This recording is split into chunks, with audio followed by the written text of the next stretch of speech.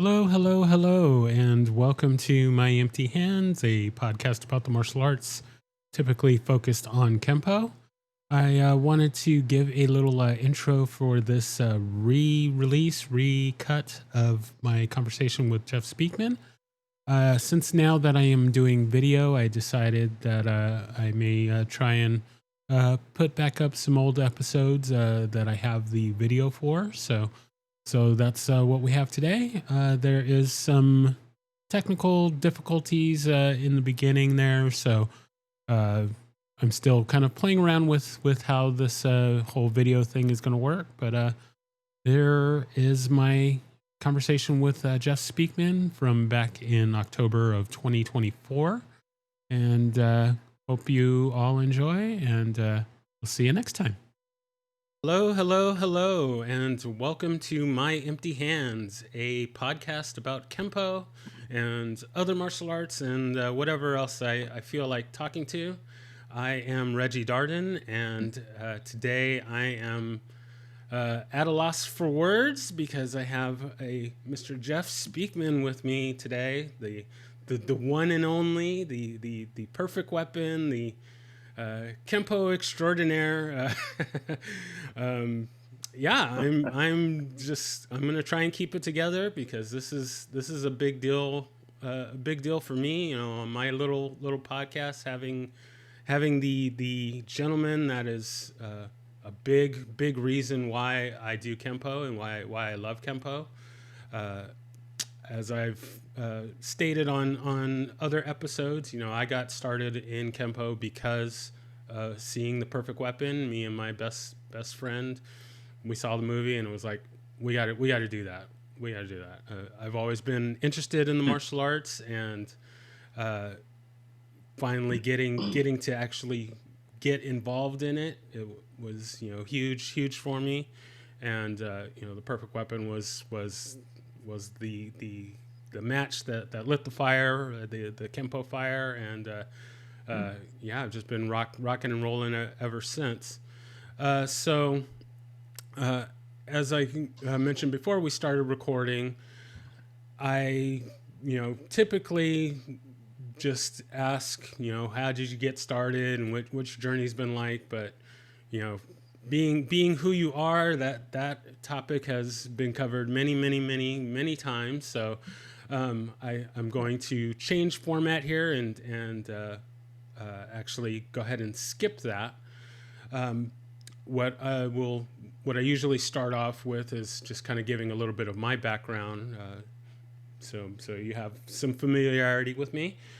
So I started. Good. Great. I'm from San Diego, and I started at a school, probably in, I'm gonna say, '93 or '94, maybe. And that school was of the Tracy lineage, and so I started there. And actually, you may know of or be somewhat familiar with. So my instructor, his instructor was Orned Chicken Gabriel, pretty Oh, famous, you know, tournament fighter very. and competitor. Yeah. And so Chicken was my instructor's instructor. My instructor is Pete Salas. He also was, you know, nationally ranked in tournament fighting and whatnot. So you know, I trained at that school for about 3 years or so. Got almost to my third brown when I left for the Army. While I was in the Army, I did a little bit of Taekwondo, a little bit of Hapkido, a little bit of boxing, and just kind of did my own thing until I left the Army. Once I left, I moved to the Dallas, Texas area, and couldn't find, you know, I wanted to keep training, but couldn't find the kind of school that really suited me. So I just kind of did my own thing for a little bit, and you know, as time moved along, I you know, forgot forgot a lot of things and didn't keep up as well as I should have. So I just kind of did my own thing, and then I got involved with my other love, which is capoeira, and I remembered quite a bit that I was quite surprised by. But that relit that Kempo fire, and I said, you know what, I gotta find me a Kempo school. So I started searching around, and I found the school that I'm currently training at. And you actually might know my instructor. It's a man by the name of Bill Piper. He got his third and fourth degrees from Larry Tatum, uh, and yeah, I've been training there for about three-ish years now. Got my green belt again. Guess about a couple of months ago, and yeah, just been really just kind of enjoying the journey and looking excited for what's coming next. And now I have this podcast, and I get to talk to both the who's who, the well knowns, and the not so well known people of Kempo and other martial arts. So I'm just real excited about that.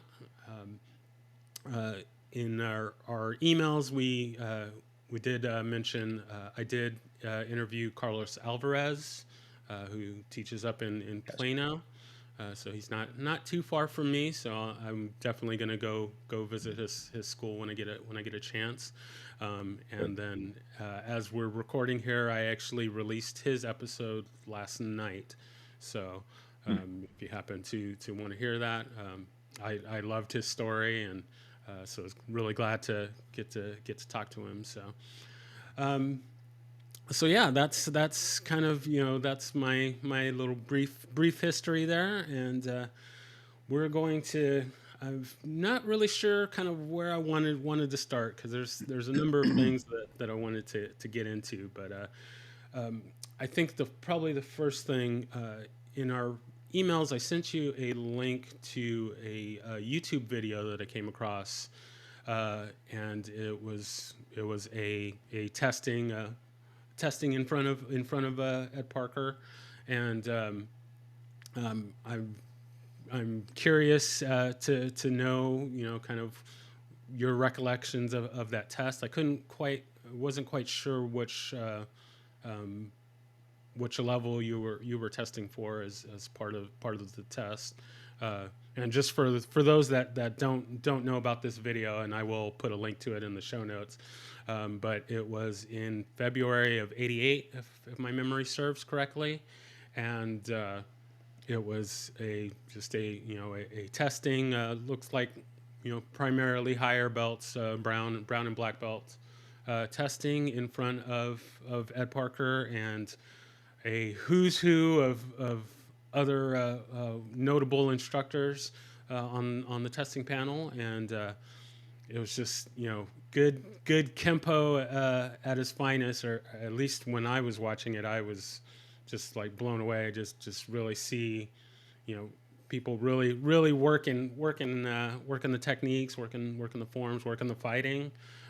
So yeah, if you could just maybe kind of fill us in on your recollection of that test. And Yes, well, those were that was Tony Martin in that footage that you're referring to, who I have as a guest at my Las Vegas annual event every July for many years now. So it's wonderful to be back with Tony Martin and enjoying our continuing friendship after being separated for many years. And he is an amazing guy, a great athlete, an amazing tempoist. But those days that you're referring to were magic. They were great days. That was when Larry Tatum was the manager of the West Los Angeles school that was owned by Ed Parker, and we were a very tight group. Brian Hawkins was another one of that. In fact, Tony Martin, Brian Hawkins, and myself were very close friends, and trained together all the time, several times a week for years. And back doing that tempo of that age, back in that time, which I'm sure many of the people that are watching this are tempoists themselves, like you. And you know that tempo is and is intended to be an art that continuously evolves and changes. so that it remains relevant, which is a direct quote from Ed Parker, and a mandate from him to all of us who are his black belts to continue to evolve and change the art over time so it doesn't become obsolete. Oh, which, of course, as you know, we have done in a huge way with this fifth evolution of the Kempo system, which is why we call it Kempo 5.0.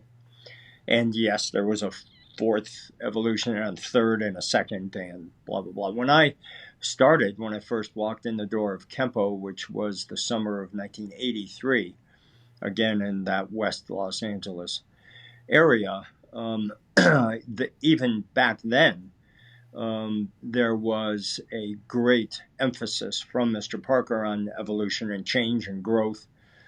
And of course, the Kempo we were doing there under the management of Larry Tatum, we were under the impression that was exactly where he was and what he wanted, except it wasn't. When I became a student of Ed Parker privately at his home with three other people, one of them was Brian Hawkins, it was quite shocking to me how different the Kempo was that he was teaching versus the Kempo that Larry Tatum was teaching. So, as you may or may not know, I came to Kempo because of Lou Angel, who was the Hanchi then. He's recently passed in the last few years. But he was good friends with Ed Parker back in the day. And you got to remember, back in the day means late 50s, early 60s. And there were only a handful of people teaching karate back then. So they all knew each other, even though Japanese Goju-Ryu is on another planet compared to Kempo. Ed Parker and Lou Angel were very, very close friends back in the day. And so when I was about to graduate from the university there in Joplin, Missouri, Angel said to me, if you want to make martial arts your life, then you should move to California and study Kempo from Ed Parker because he's the best in the world. And so I sold my car to pay for the U-Haul, and in '83, the summer of '83, I moved to California, stay with some friends so I could begin my journey in Kempo. So the reason I went to California was to study Kempo, and when I graduated from Missouri Southern, it took me 6 years to get a 4-year degree because I paid for it myself, so I had to take time off and work and get money and come back. But I made it. So by doing it that way, when I graduated, I had no debt. I had no family ties. So it was quite easy for me to pack up and move 3/4 of the way across the country to just pursue my dream, which is what made me intrinsically very happy, which was the study of martial arts. When I began my martial art training with Lou Angel and Japanese Goju-Ryu, that was 1978. And as soon as I began it, I knew this was something I would do all my life. Of course, I never thought I'd be in the movies and, run an international organization back then. But what I did know is internally, I really felt a deep hunger for the lifestyle of the martial arts. So I had the freedom, is my point, to just pursue my dreams. It was just like, of course, many people I knew from the university and in Joplin, Missouri, thought I was completely nuts because I was, not even going to have a car when I got to Los Angeles. And I had never met Ed Parker or didn't know much of hardly anything about Kempo. But it was Lou Angel's recommendation that this is the one and only place for me to go if I really wanted to make martial arts my life. So he wrote a letter of introduction for me. And the first time I met Ed Parker was in the summer of '83 in the Long Beach tournament, which I'm sure you know was one of the great tournaments of all time. If you won that tournament, any division, you were accepted as a world champion in that division. That's how big the Ed Parker International Karate Championships were. Of course, that's where Bruce Lee debuted in '63, and Chuck Norris was there countless times, and all the names were there. So I met Ed Parker, and at that time walked up, bowed very deeply to him, and he was looking at me like, who the heck is this guy? Handed him the letter from Lou Angel, and he was so thrilled to hear from his old friend Lou Angel, and he hugged me and he gave me his home phone number and said, "Give me about 2 weeks to get finished with this. Call me and I'll get you set up and you can start your Kempo training." So that was how I made it there. And with that mindset, that I moved that far just to study Kempo. And that began the journey, which 45 years later, here I am chatting with you. Yes, thank you so much. Kind of going back to that video, which I wasn't able to kind of make out which rank you were going for. Kind of what was the details on that? Like, was this already kind of a planned thing that be testing or? Um, Yes, they always were, of course, and you would do pre-tests and get ready for the test. And that was the time that Ed Parker came to the dojo every time for the brown and black belt, the advanced tests. So, of course, Ed Parker is going to be sitting there just a few yards, if that, away from you, watching you do his art. So think about that one for a while. There was an enormous amount of pressure on you. And then, of course, after he fired Larry Tatum as the manager of the school, Brian Hawkins took that position. And then Mr. Parker voluntarily on his own came and taught the advanced class every Thursday night. So I was able to have a weekly class from him at the dojo. But shortly after Tatum was fired, he came to me and said that he didn't want me to go, or actually just before Tatum was fired. I didn't know that kind of thing was happening. And he said, "I don't want you to go there anymore. Come to my house with 3 other people and study for me once a week." So, that just rocked my world. And what do you say, other than yes, sir, and thank you? So that began a 3.5-year journey of going to his house every week. Then after Mr. Hawkins took over the school, he began training us every week at the school. So technically I saw him twice a week for 3.5 years. And that ended right when I got the job with the Perfect Weapon. And that included Mr. Parker in a big way. We choreographed all the fight scenes together. I would go sit at his house several times during the week and bring my notepad, and we would sketch. And once we found out the environment of a fight scene in the movie, then we designed the fight scene around the environment. So you might recall in the movie that there was the big fight scene that took place in the Taekwondo gym, which is the one most people remember.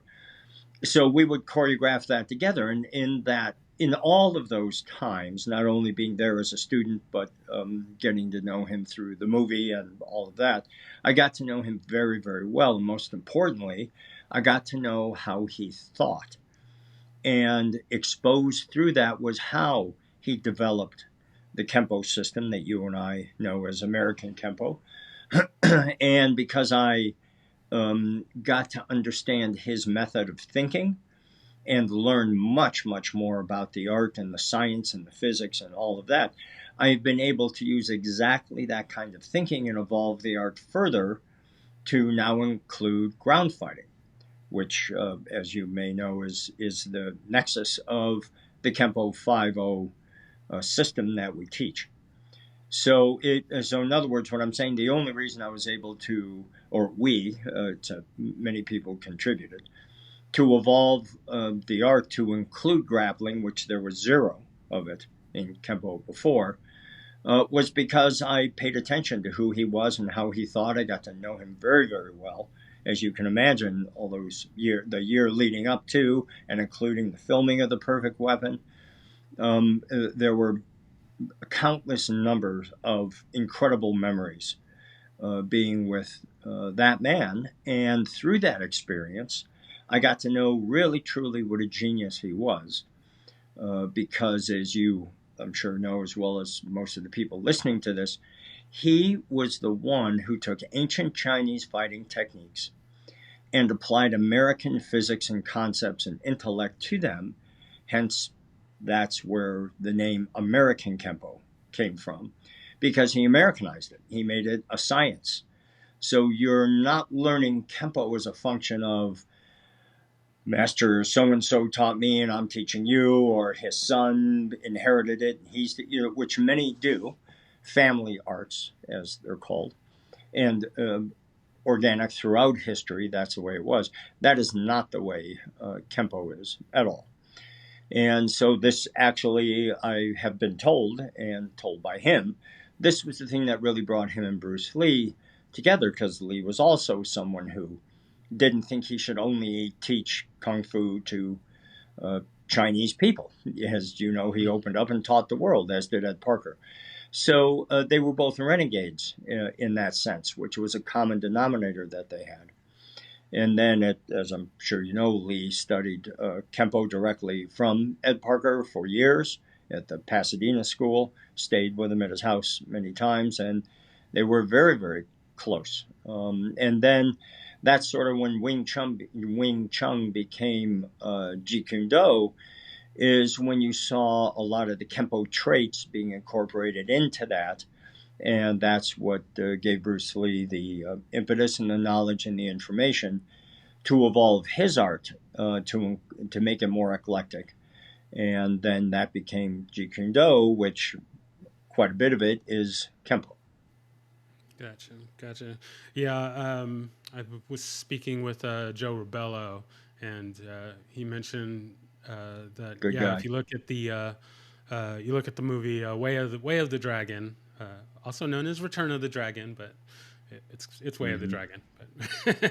But Bruce Lee. I mean, he's like freestyle in his fight with Chuck Norris. It's like, oh yeah, there's Kempo all over that movie, and it was like, I never really kind of thought about that, but you look at it and you see the TSK, all the freestyle is all over that fight. So there's definitely definitely a lot of the Kempo influence in what Bruce Lee was doing, and that's huge.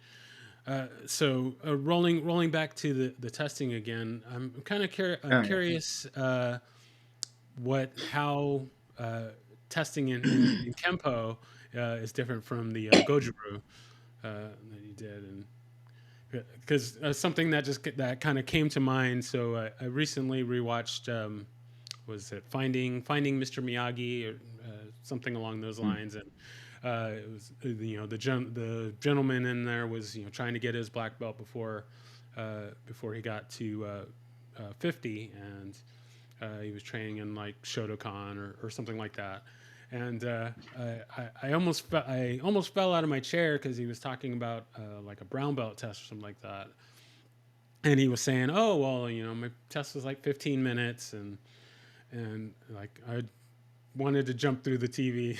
Said like, 15 minutes for a brown belt test is like my blue belt test was 3 hours. My green belt test was like 5 hours. So, just how was kind of the testing and training in comparison, Kempo and Goju-Ryu?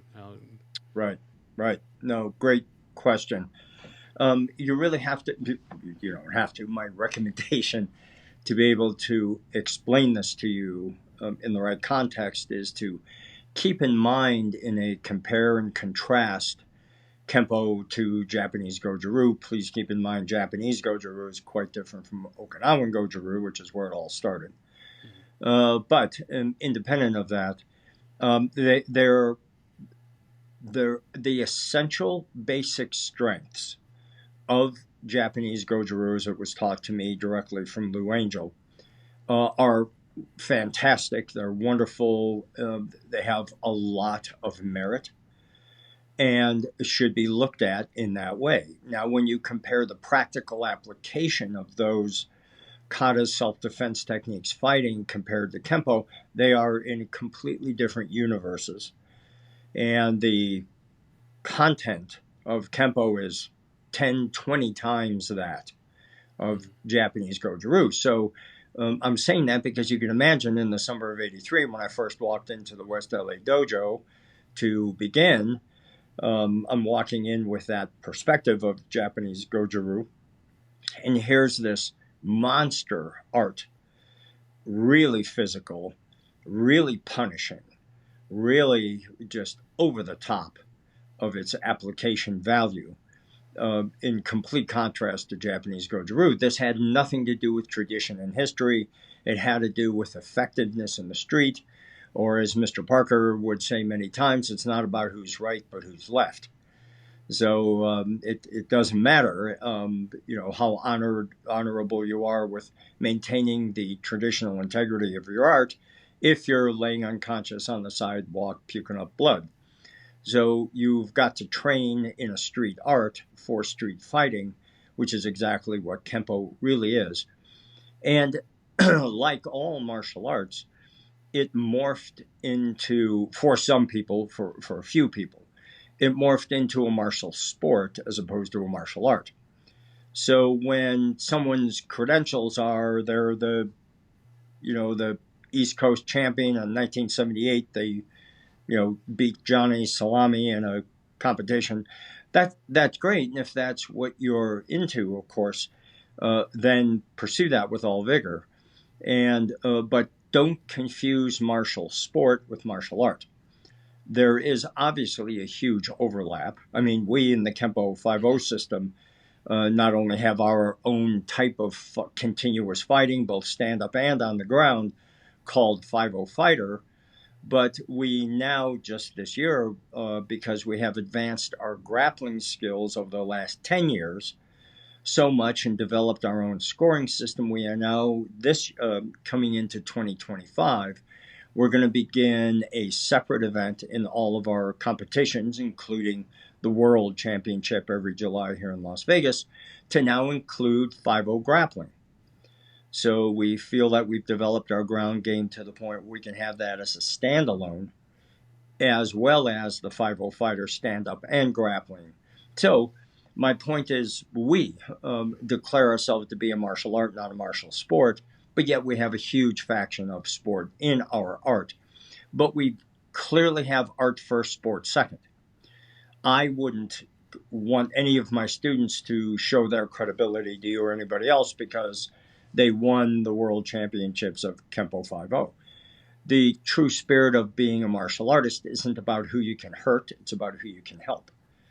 And that is the operational definition of martial sport versus martial art. I am and always have been in hot pursuit of the martial arts. And yes, I understand it has a sport aspect to it, but when you're a martial artist, you're about reaching for the higher vibrations of what it is to be human.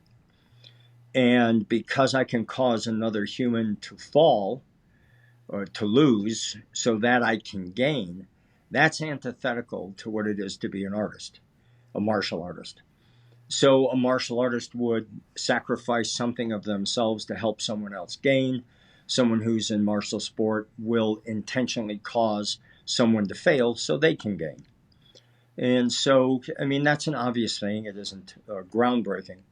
But what I have noticed is there's a tremendous amount of recognition from martial artists throughout the world when I speak this way and when I bifurcate these two things into two completely different categories and try to highlight how one is different than the other. Not telling you that one is better than the other. I have a personal preference. We now have franchise martial arts schools in 20 countries. So obviously there's quite a few people who agree with my perspective. And it's very heartening for me to be at places where I can speak about this difference, not even to Kempo people, but have them receive it so well. So many times people applaud spontaneously when I bring up that duality because they are frustrated, very happy for the overwhelming success of MMA. Of course, I've studied jiu-jitsu for years. Many of my students have been high-level practitioners for years, which is how we got that skill set involved in the art of Kempo and created that division of Kempo where we now take Kempo to the ground. So it doesn't matter whether you're standing up or on the ground. a Kempo 5-0 black belt should be well trained in both of those ideas. In fact, you should be able to go from stand up to the ground, from the ground to stand up flawlessly. You should thunder between those worlds seamlessly and be able to deliver the kind of results with your Kempo on the ground as you have been with your Kempo standing up. And that is exactly what we have done. Very nice, very nice. I like you've touched on that before with yeah, the art needs to evolve, and it's always been funny to me that uh, you know Ed Parker was so revolutionary and such a game changer, and Hmm. Kempo, there's all this infighting in the Kempo world about changing the art, and it's like, well, the reason we have the Kempo that we have is because the man that we looked up to changed things and Exactly. evolved. I Exactly. Well just said. yeah, I just can't wrap my mind around, we should be perpetuating the art versus, oh well, Yes. I do things this way or I do things that way, or he wanted it to be this way, and it was like, well, obviously he did not want it to stay the same, because that's why we have the different, at the school that I'm at, we're on the 16 technique curriculum. So, and it didn't start out Yes. that way. So obviously No. there was a desire to change things and continue growing. And, the same thing can be said for people like Bruce Lee, and really all Yes. of the notable. I mean, you Exactly. could go back to the founder of judo, and just every known entity uh, that we look up to got there because they changed the status quo. And Right. I definitely think, Right. yeah, there are things that we can hold on to, but not at the sake of not growing and evolving and changing, and Exactly. so Exactly. In fact, if I may, the Ed Parker quote that speaks to what you're very eloquently speaking about is only bring forward from tradition that which is practical today. And that's exactly what you're talking about. In fact, I'll give you a main Ed Parker quote that we use to justify our evolution, and that is, the ignorant refuse to study and the intelligent never stop. A real martial artist pursues change, he's not afraid of it. So there you have it.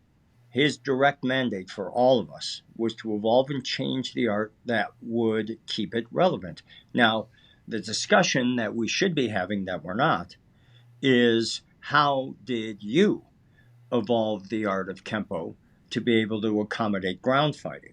Because that's obviously the 800-pound gorilla in the room. And the fact that you're not doing that and ignoring it and even speaking in a disrespectful way about me or my black belts, like saying we're not doing Kempo anymore, where the truth is the Kempo we're doing is more Kempo than the Kempo you're doing. Because you're not evolving, you're not changing, you're not growing, and you're stifling the art. And by today's standards, I would suggest for your further review, is that you are now contributing to the eventual isolation of the art of Kempo. Exactly what Ed Parker asked you not to do, you are doing. And or if you're a black belt, but you're under one of these big name black belts that you refer to from time to time, and they're not evolving and changing, why are you there?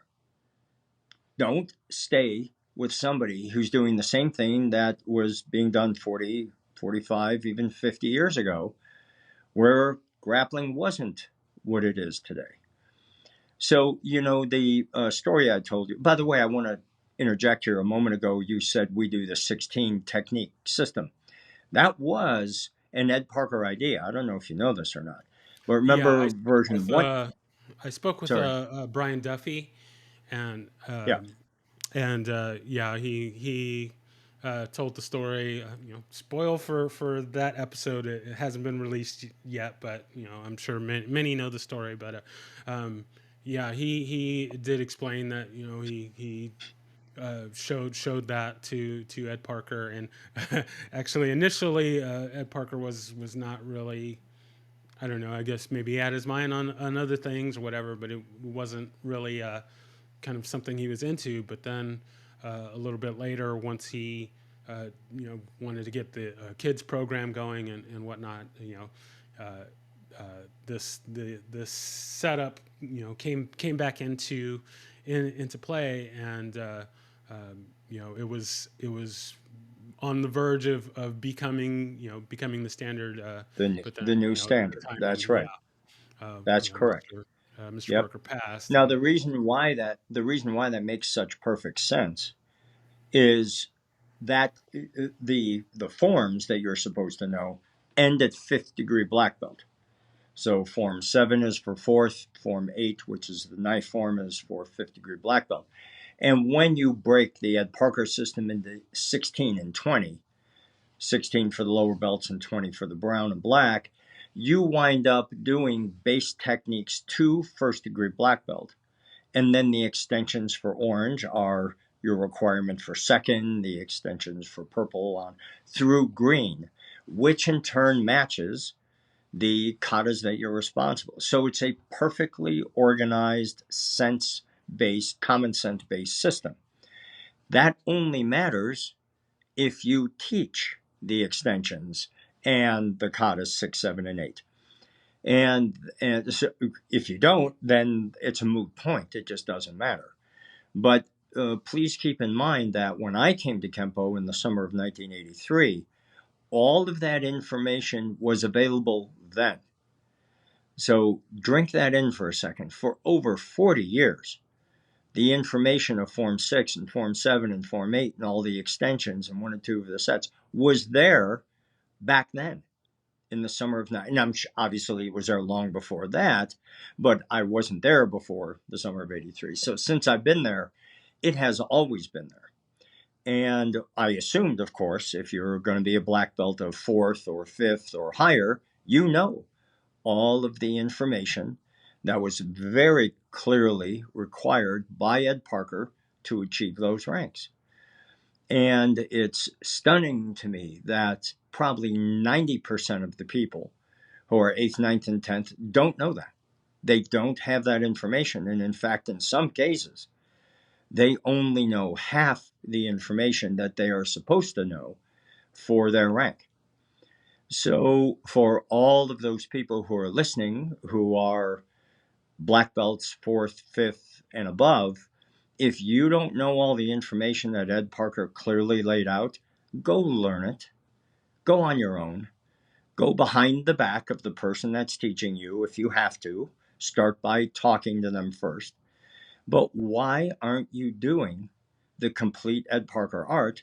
Because you say you're a complete Ed Parker black belt.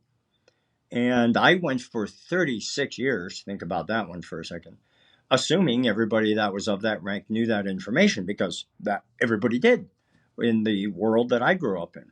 And then for the last 4 years, I suddenly discovered that probably 90% of the people of high rank out there in the world of Kempo Karate don't know the minimum standard of what Ed Parker wanted you to know.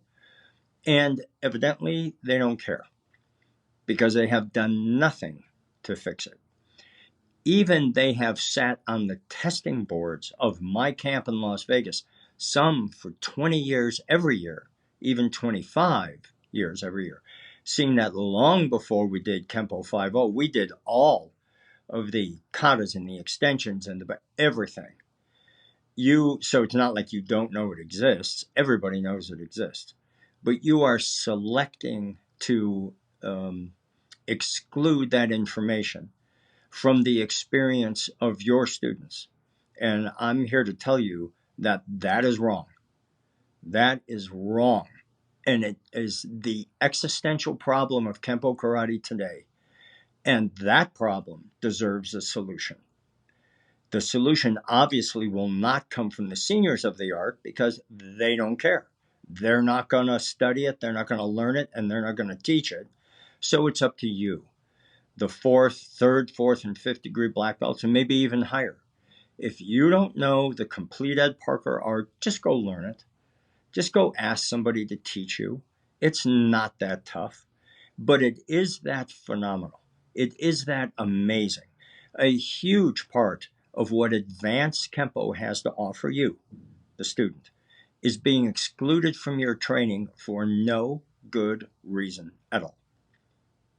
So please seek out the rest of the Ed Parker information, not for any reason other than when you put on, let's say, fifth degree black belt, to know the entire system. And you stand in front of the mirror in your dojo and you snap your belt shut, that inside of you, in your spirit, you know that you have lived up to the requirements that are very clearly laid out by Ed Parker, at least from the summer of 1983 and certainly before that. Just take pride in yourself. You don't have to tell anybody, you don't have to let anybody know, but know inside yourself, inside your spirit, that you fulfilled the requirements that are very clearly laid out by Ed Parker. And therefore, you will honor this great man's brilliant life by honoring him, by teaching the art that he laid out. So, for all of you who are not doing that and wearing the rank, look in the mirror and tell me what you see. Yeah, no, we could definitely go on a rant tangent of craziness about people wearing the rank and we could go on a wild ride of that, but want to still try and keep at least a couple of listeners. We're gonna jump to something else here. I mean, man, there's so much that I could chat with you about, but we only have so much time, so I'm gonna jump Yeah, to this. We're gonna talk a little bit of Perfect Weapon here. But hopefully I have a little bit different angle than the usual things here. So one of my things that people think that I joke about, but I'm very serious. I have now made it a requirement that I watch The Perfect Weapon before any test. So yeah, wow. whether it's a belt Holy test or a cow, stripe that is test, great. um, Huh. I've watched it, and in my current training, I think I started this when I was going for my purple stripe, and so far hasn't failed me yet. So yeah, at least a day or so before my test, I watched Perfect Weapon. Mm, Um, that but is there is great. something that well, there's kind of a few little funny things that I had about it, but uh, one of them being so at the beginning of the movie, your character starts at the school, and there's I assume because of the way Hollywood works, I assume that she was supposed to be your love interest in the movie, the character Jennifer. Um, Yep. but so when your character started at the school, she was already a yellow belt, and uh, you're going through your training and whatnot, and when your character gets his black belt, notice that Jennifer was still at her brown, and then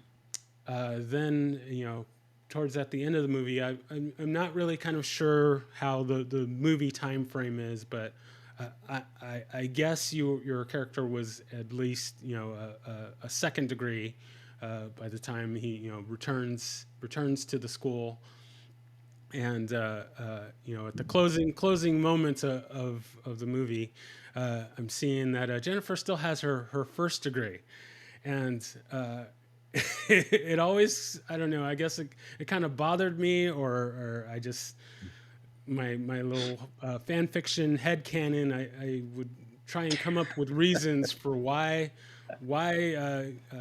you surpassed her in rank, and I think my latest theory is that something happened with her family, or she had to move away or something, and so she couldn't continue training, and had to take a little break. But then Right. realized that she loved Kempo, and loved training, and so she fought her way back to the school, and picked up her training after a long gap. But uh, Wow. yeah, I'm That just is great. Really great. I'm just wondering if there, I mean, was there any? I don't know. There probably wasn't any thought about that, but um, I'm just The curious if. thought that was put into that via the producer and most importantly the writer was that they wanted to minimize the importance, relative or not, of rank. So that it was about the person and these were the values of the martial arts. Because even back then, and remember that was 1989, it was released in March of 90, um, and March of 91, because Mr. Parker died December 15th of 90. We finished filming in November, and then he went home to Hawaii to see his 94-year-old mother. And as soon as he stepped on Hawaiian soil at the airport is when he died of his heart attack. So, uh, at age 59. So, that was a loss for the entire martial art world.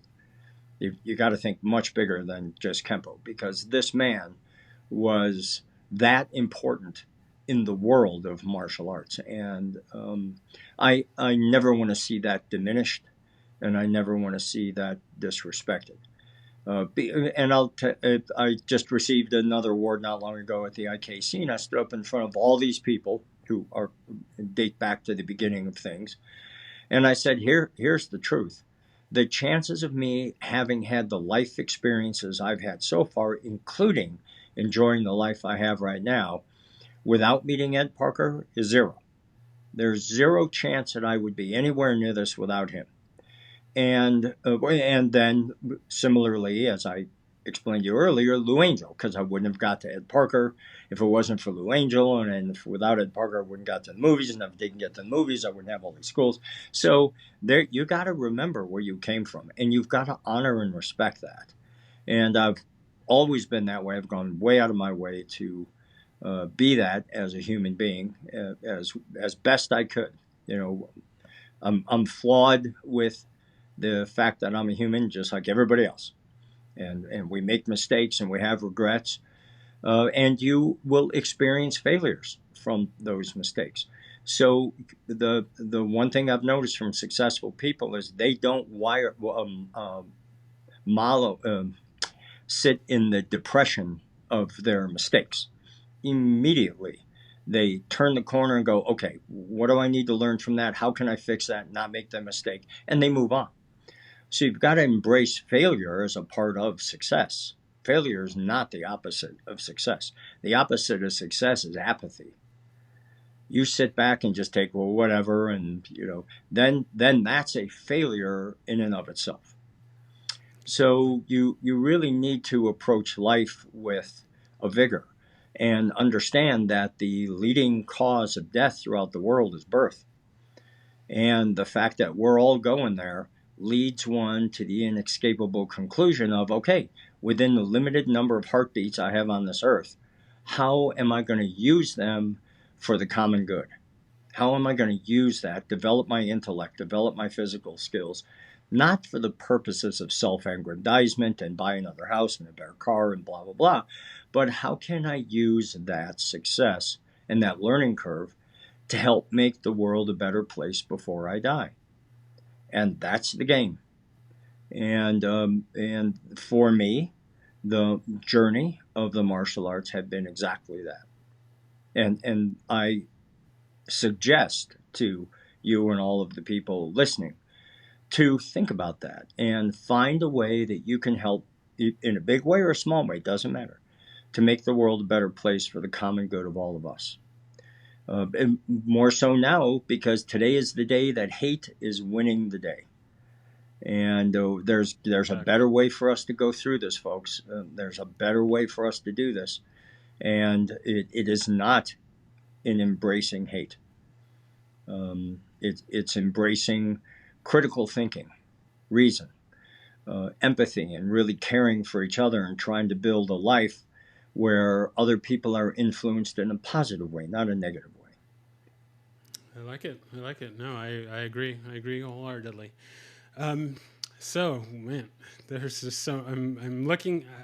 Not usually one to look at the clock, but I mean, there's so much stuff. But there's three, and hopefully I can have you back at another time to get in some more Sure, stuff. But want to you got to do is go ask. ahead and I'll show up nice, thank you. for good news or Um, bad news. I'll show up. no, that's great. Like, I mean, I could talk kempo and martial arts all the live long day. I mean, Yeah, it's I'm just with you. it's We're that, aren't we? Yeah. yeah, exactly. But there's three things that I want to get to before we close out.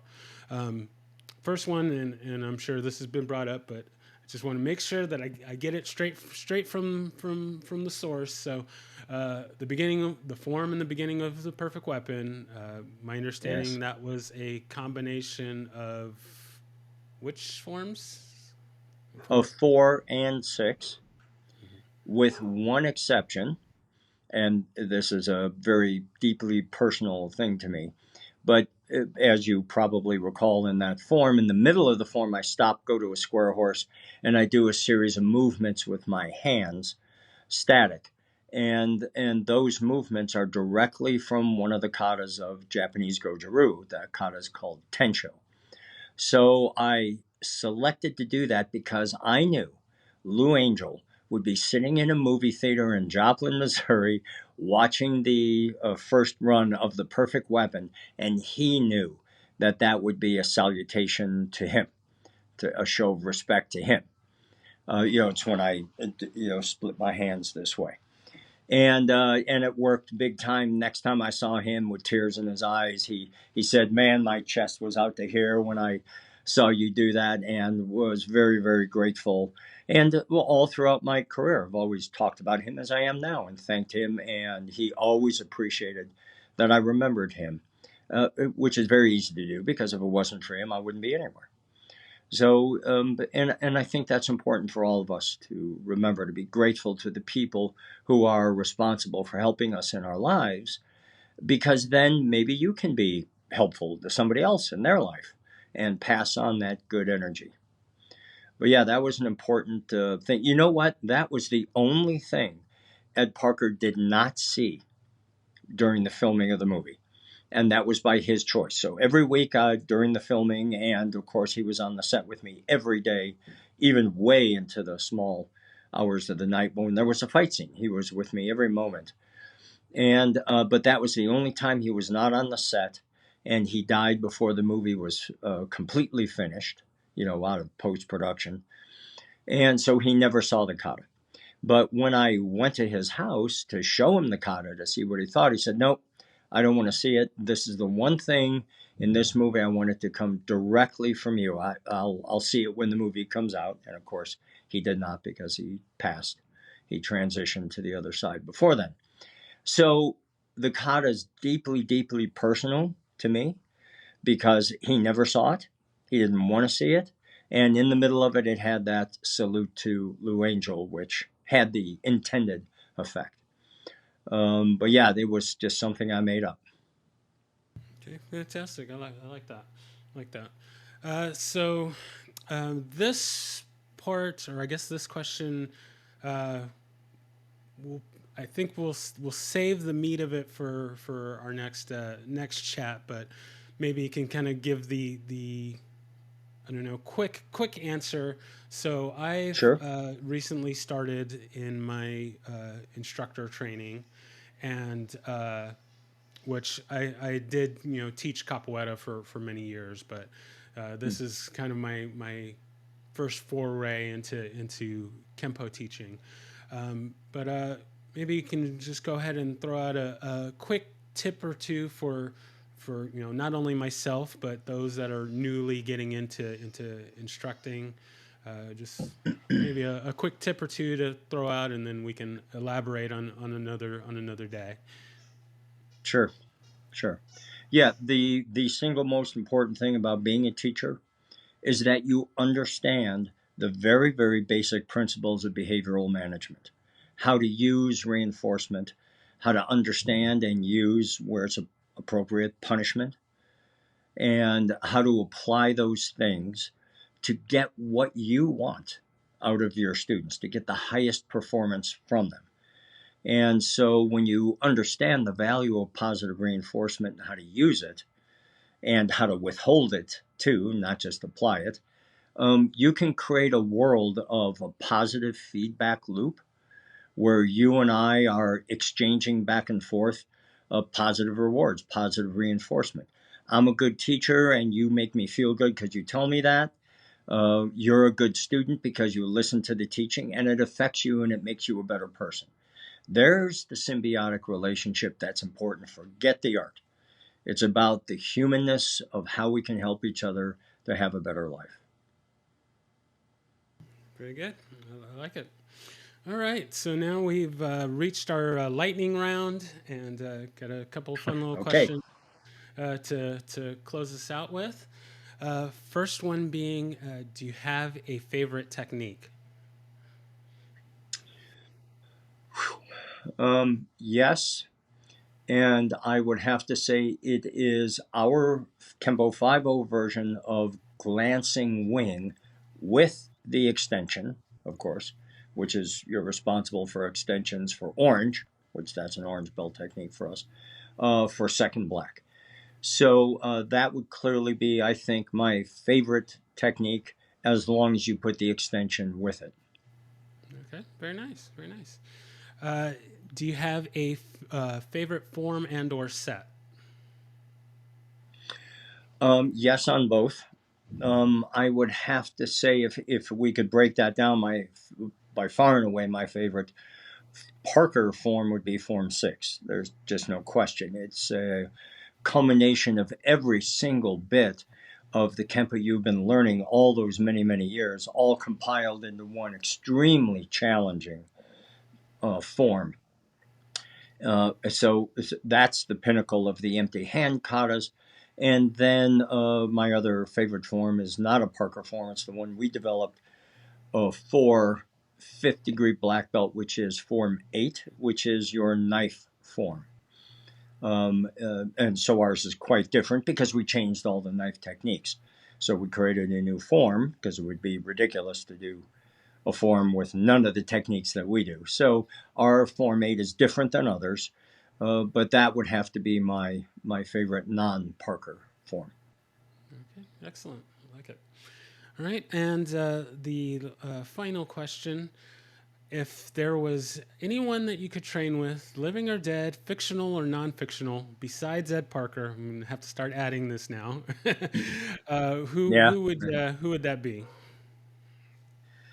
I and this is not a cop out, but I have been an ardent student of my students for many years. They teach me with how they ask their questions, how they perceive the art, how they perform the art. It teaches me to be a better teacher and a better instructor.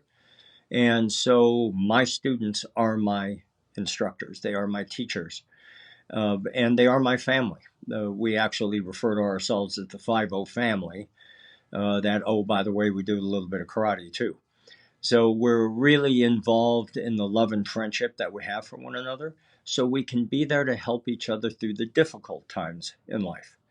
With the unexpected deaths of loved ones or your family members. We just experienced that a year ago with my senior female black belt here in Las Vegas, Kathy Little, died at age 52 from the treatment for her cancer. And she was so deeply loved by everyone around the world. It rocked us.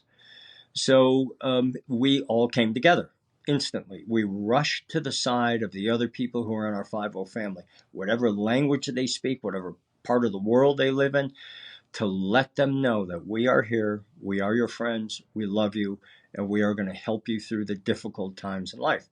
Because suffering is coming, tragedy is coming, it will happen. And we all need a structure of other human beings that will help us get through those very difficult times. That is what the Kempo 50 family is all about. Yeah, that's well said, well put. Yeah, I thank you so much for taking the time to be on with me and chat with me and listen to me ramble and gush over over you. But, yeah, I definitely hope we can do this again in the not too distant future. There's uh, certainly want to elaborate more on the teaching side and get more insights into your time with Ed Parker, and but we'll discuss those at another point. But yeah, I thank you again. Now is your point to say anything that you want, plug anything you want, or whatever you want to say that we maybe haven't talked about yet. Now's your time to do so, and then we will close out for today. Well, first, I'm indebted to you, sir. I appreciate this opportunity to speak to people who normally wouldn't be listening to me. And if you don't like what I have to say, just turn your head and spit me out, and it's over. But hopefully, some of the things I've shared with you and all of the people who'll be watching this will have some meaning and will motivate them in some way to continue and learn the complete art of Kempo Karate as Ed Parker designed it. And then once you do that, if you want to change it, eliminate this, okay, then do what you think is best, because that's all part of the mandate to evolve the art. So you have to decide how you want to evolve it. Only a handful of Ed Parker's black belts did that. I'm one of those people. Even though one of his quotes is, "When I'm gone, I hope no one traditionalizes my art." And virtually everyone has.